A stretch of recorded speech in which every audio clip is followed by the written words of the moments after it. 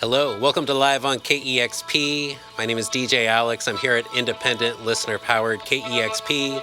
We broadcast on the dial at 90.3 FM in Seattle, 92.7 FM in the Bay Area, online at kexp.org, and from our free mobile apps. KEXP is a nonprofit radio station. These one-of-a-kind live performances are made possible from donations by listeners from all over the world, just like you. You can make a donation online right now at kexp.org to help make more of these sessions possible. And today I'm joined in the live performance space by the band Ida. They're here in town on tour with their friend Tsunami. They're going to play some songs, so we're going to have a quick chat. So without further ado, it's Ida live on KEXP.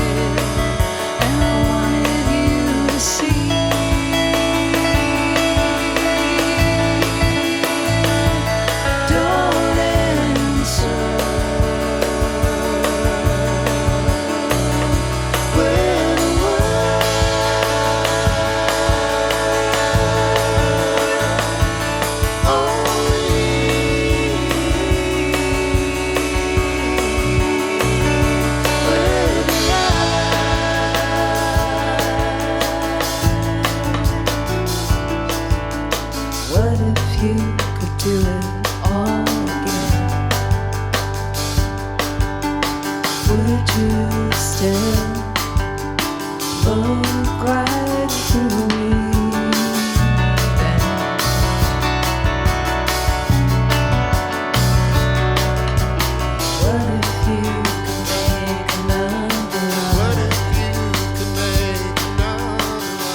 you still have me by your side.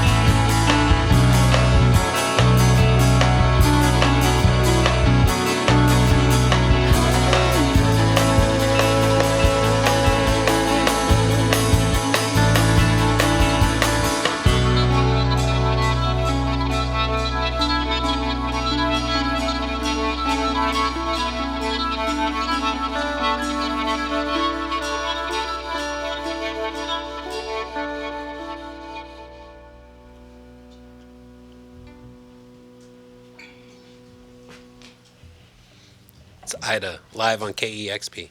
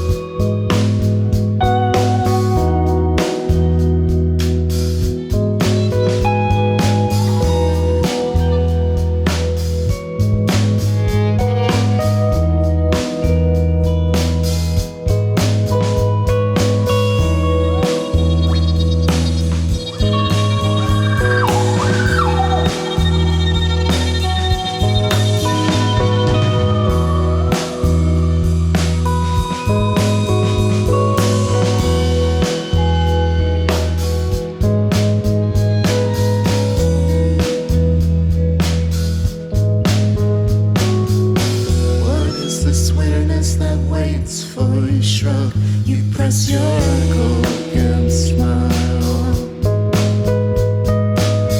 This is the pressure that I love.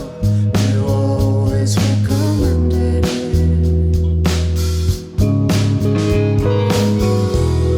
Could be the door, could be the phone, for an intent purpose.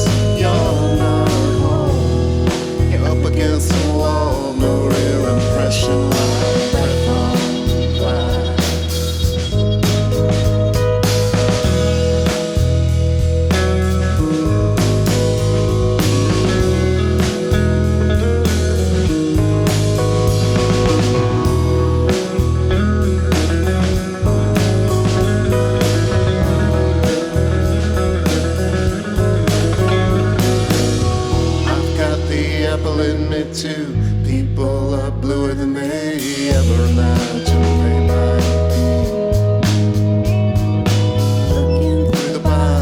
upstairs in the basement.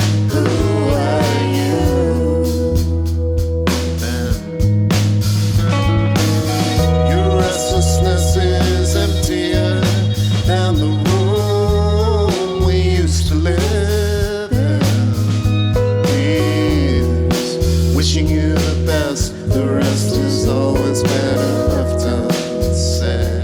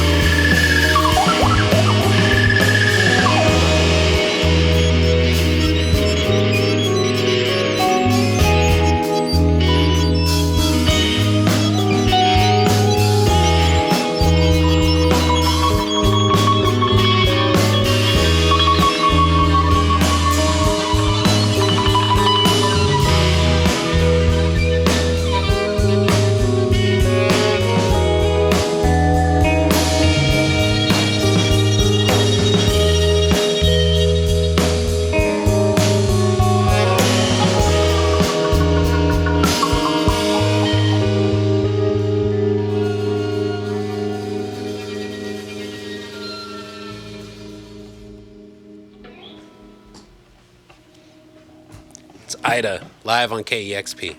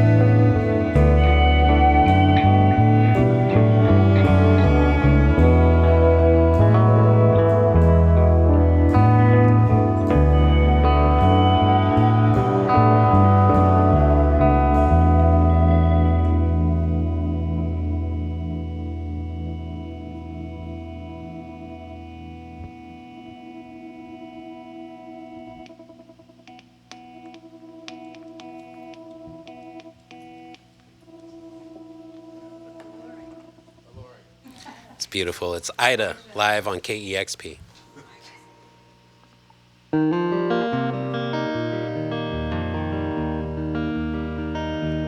Pulling up at night to your house was something I knew I would do for the longest time.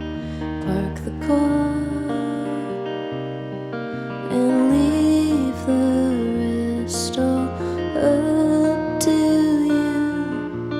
Every night I choked on what to do.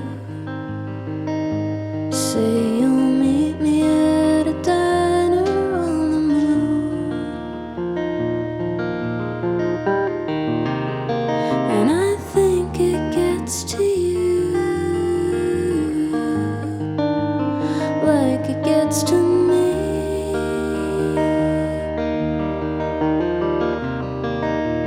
Take me down again to the Salton Sea.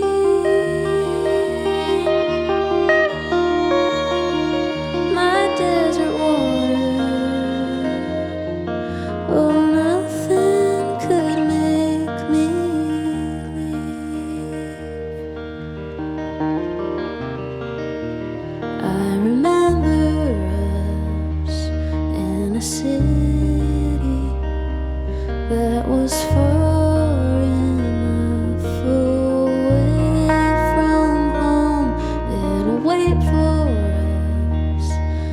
Every sidewalk that was made for us will stay below. Palms were never meant to grow up here, but somehow they keep coming every year. And I think it gets to you like it gets to me.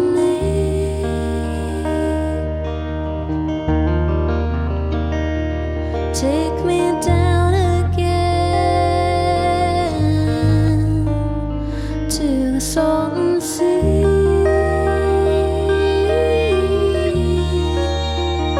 My desert water. Oh, nothing could make me leave. My desert water. There's something to still believe.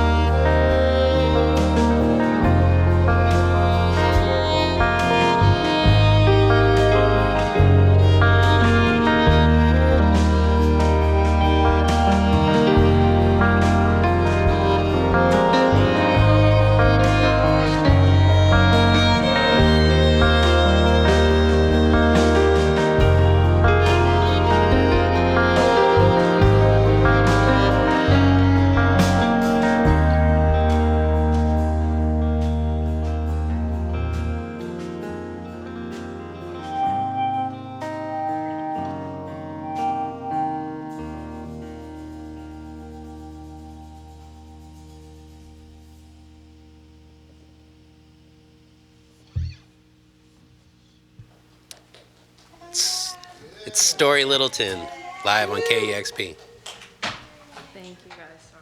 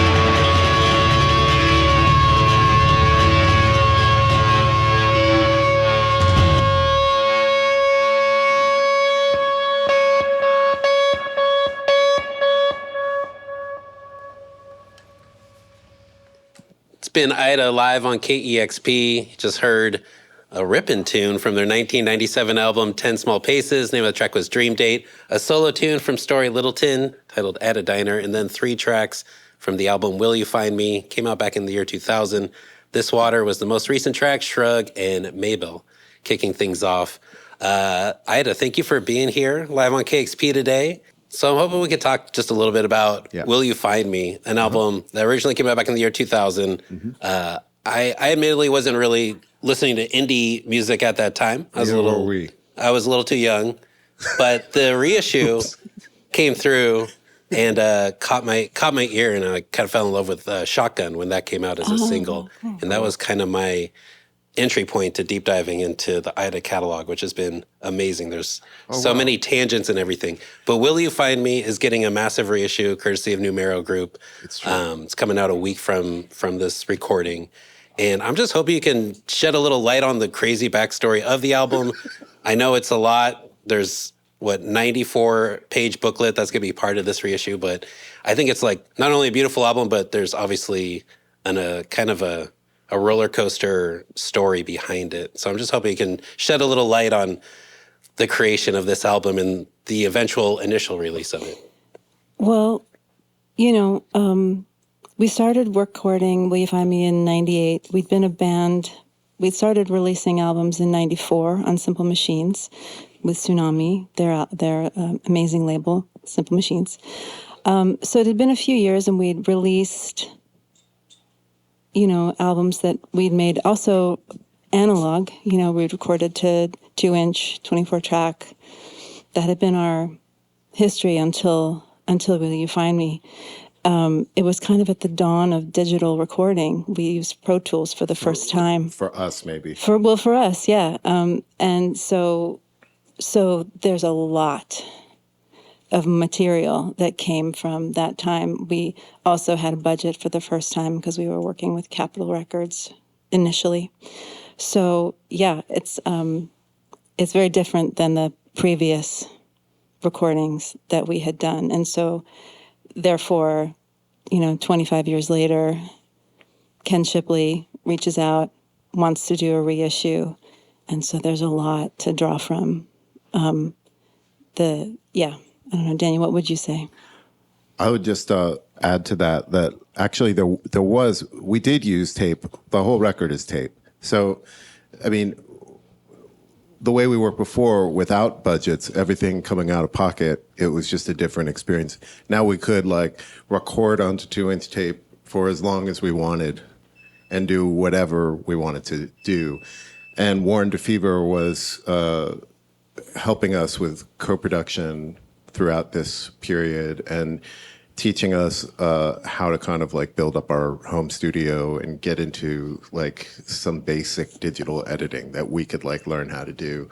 And one of the things that was really, I think, important to us, because it was the first opportunity we had to work with a budget, was we just wanted to try everything that we, had heard on records that we were into, or any kind of combination of instruments that we wanted to try, but there wasn't enough time to kind of get it right. And we invited all of our friends to collaborate with us on it. And I think that, we were really into records like the late Talk records, where you just really heard this kind of community of musicians working together and really being interested in this, as much the spaces that they were recording in as the songs and the sounds. Everything was kind of of a piece. And so, we were just recording lots of little improvised moments or different combinations of instruments and sounds and arranging songs. And then we just kind of realized, we have too much. There's just, you could understand, why those records that we loved, took so long for people to record, because they were just recording so much material and then trying to make it all cohere. And so, it took us a while to figure out, the thread that made the most sense with the songs. But along the way, we had beautiful string arrangements that just felt like too ornate in the songs, so we took them out. But that might have been our favorite thing. So they're back. So now they're Yeah, I was back. going to say the strings mixes and all the other So alternate the reissue mixes. is just like all of these kind of like cool drones and majestic kind of moments and like just intimate moments between players that we had the tape going the whole time. Okay. And we always prized some of those things. And now we get to like share them. So Yeah. it's a little bit like a mixtape from the archive is how I think about it. Yeah. Of like all the IDA archives. Okay. Just putting it out there and offering it. How does it feel to be revisiting an album 25 years after it's come out, an album that's already so emotional and intimate in its own right? Has it been a difficult thing to start playing again live, revisiting that period of time for the band? Karla? It's been pretty exciting, I have to say, both because revisiting old songs after so many years, we get to discover that muscle memory is sometimes our friend and we remember how to play them. Not a given, but we found our way. And then also really, even more than that, I think the opportunity to develop new arrangements, right? Songs that we know so well, but finding new ways into them and what else can we bring out. Having Storey be in the band like really expands what we're able to do. So that's been really a lot of fun. I like hearing that. That's that's refreshing to hear. The reissue's got 4 LPs, 5 CDs, like a 94-page booklet. Yeah. Breaking down all the context behind Right. the recording. And it's just cool that Numero Group is putting forth such an effort to bring this wonderful album, such a wonderful collection of music to a new generation, which I think the album Will You Find Me, kind of the title I'm realizing now is like, Will You Find This Album? And I feel like this album found me in 2025. So It was prophetic. It was all planned. yes. Thank you for saying all those nice things. And yeah, it's been incredible to work with them and have them be so receptive to kind of, an insane amount of material. It's really like on the CDs, there's probably like 5-6 hours or something of stuff. I mean, we were, and Tara can fact check this, but we were out of our minds. Yes. We were completely out of our Well, minds. and Numero encourages it, I just have to say. Well, they're down with our band for a long time and have been, Ken's old label we put out a single on his first label before he started Numero, like the first That single was that like they put out. 96. Yeah, something like that. Yeah. Okay. So, I think that they just have been fine about, okay, we asked for this Ida record. We got 3 Lost Werner Herzog soundtracks and like all of Dan's, navel gazing 4-track songs and jams with Miggy and like a drum machine in Detroit. There's just like stuff that we really love. And I think it's exciting to get to work with people who are really receptive to kind of trying to contextualize a broader part of the music than what people got to know before. Yeah. And I hope people listen to it and don't think it's just like, oh God, why would I listen to 5 hours of this band? But I mean, I respect that completely. Well, we tried to approach it from the point of view of, okay, what's your favorite band? Would you want, yes, you'd want 5 hours. Yes, you would. Yeah. Right. It was That's the our kind of music listeners that we are, so. It was like our pet sounds without any of the like lush, beautiful arrangements and perfect songs. Come on. Yeah, it's our pet sounds box. Well, the Numero Group reissue coming out April 25th looks beautiful from what I've seen, so highly recommend checking that out. The collaborations, you talked about bringing in a lot of friends for the recording, and everyone in the band's worked with so many people over the years. One of the later albums the band did was with the late Michael Hurley. Yeah. And I was wondering if you could share any lasting memories from that session now that he sadly passed away earlier this month. Everybody's mourning this loss, so it's kind of hard to say things. We were hoping to see him out here, Yeah. and we're planning on it. So we're all kind of reeling from it. At the same time, he's such a singular, impactful presence in our lives.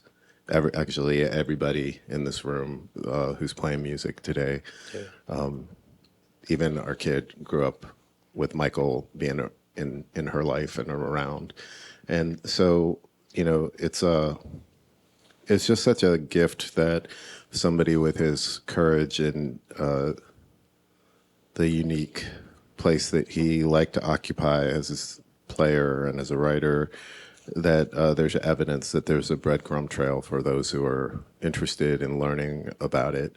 And there's a lot of people who played with him who are still around. And but he was not like anybody else. Yeah. So Seemed it's like really hard to speak to it. Okay. But we were just very fortunate. Actually, we were playing at the Tractor Tavern.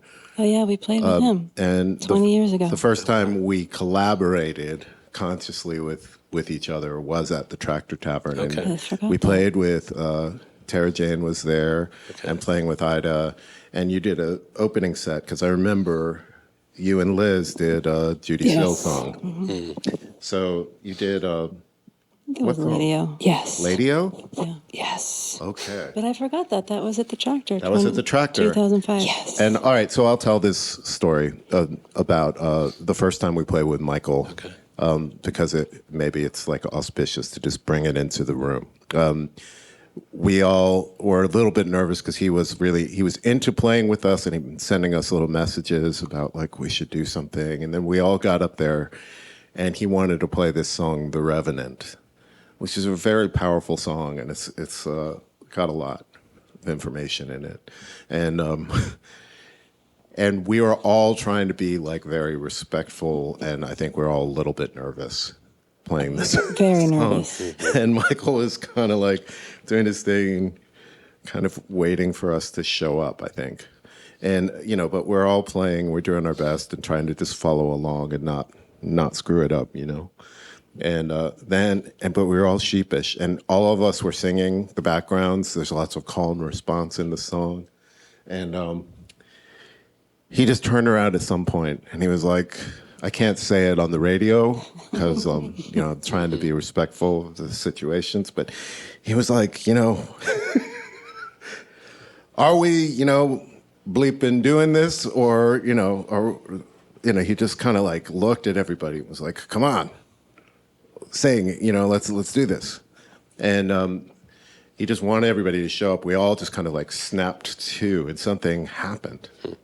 And whatever that thing is that happened, it was his song, his playing, his intentionality about music just like got into us all. We were all fans, and then he came to Woodstock. And then over the next few years, we recorded that record.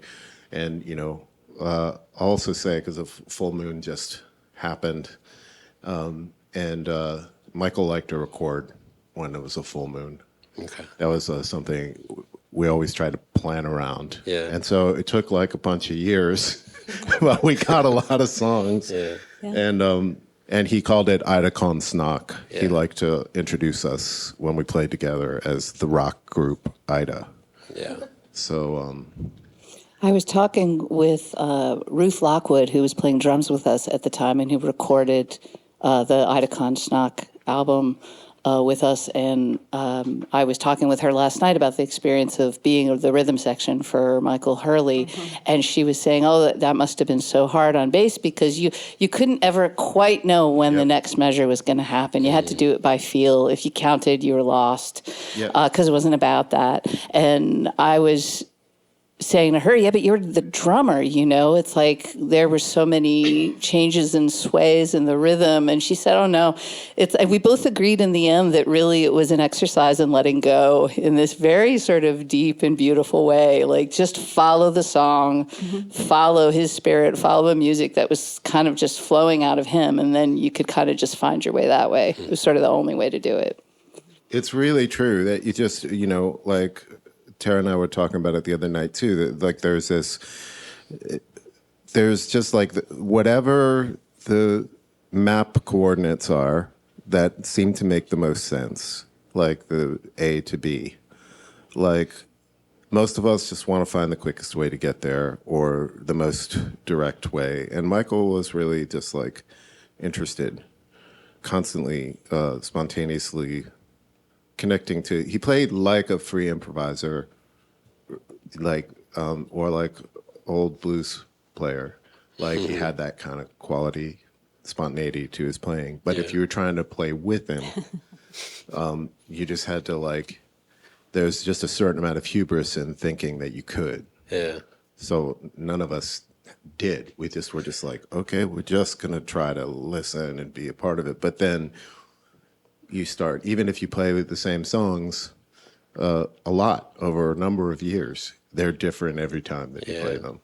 And that's something we're trying to like continually like learn from with what we do, trying to not just approach a song the way that we've done it before or the way that we, it's been a real challenge and fun to learn all of our old songs with that kind of approach of like, how do we rethink this and be more like free and spontaneous in the songs? Well, thank you for sharing that. And yeah, the album Ida Konsnock came out back in 2009. Really worth checking out. We got the next generation of the Littletons with us, Storey, performing a solo song that just came out not too long ago. Album on the way sometime in the 2025. Hope so. Okay, be on the lookout for that. Excited for that. And she's also got another record. Okay. You should tell them about that. Oh, yeah, your band. My band. I'm in a band called Monogamy, spelled M0NOGAMY. Is that right? Yes. Yeah, we put out an EP last year. What's it called? It's called Gray Area. Okay. All right, cool. Yes. Check that out.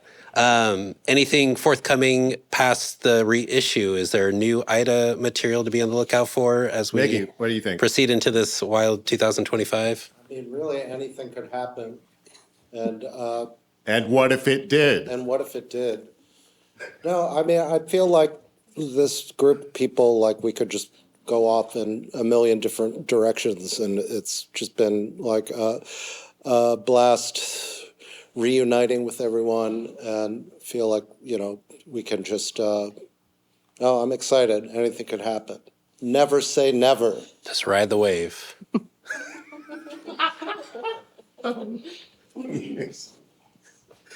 Well, thank you, Ida, for being here today, performing live on KEXP. Truly appreciate it. Thank you for having us. This is such a fabulous space to like enter into and play music, and y'all have been very patient with all of our Thank you.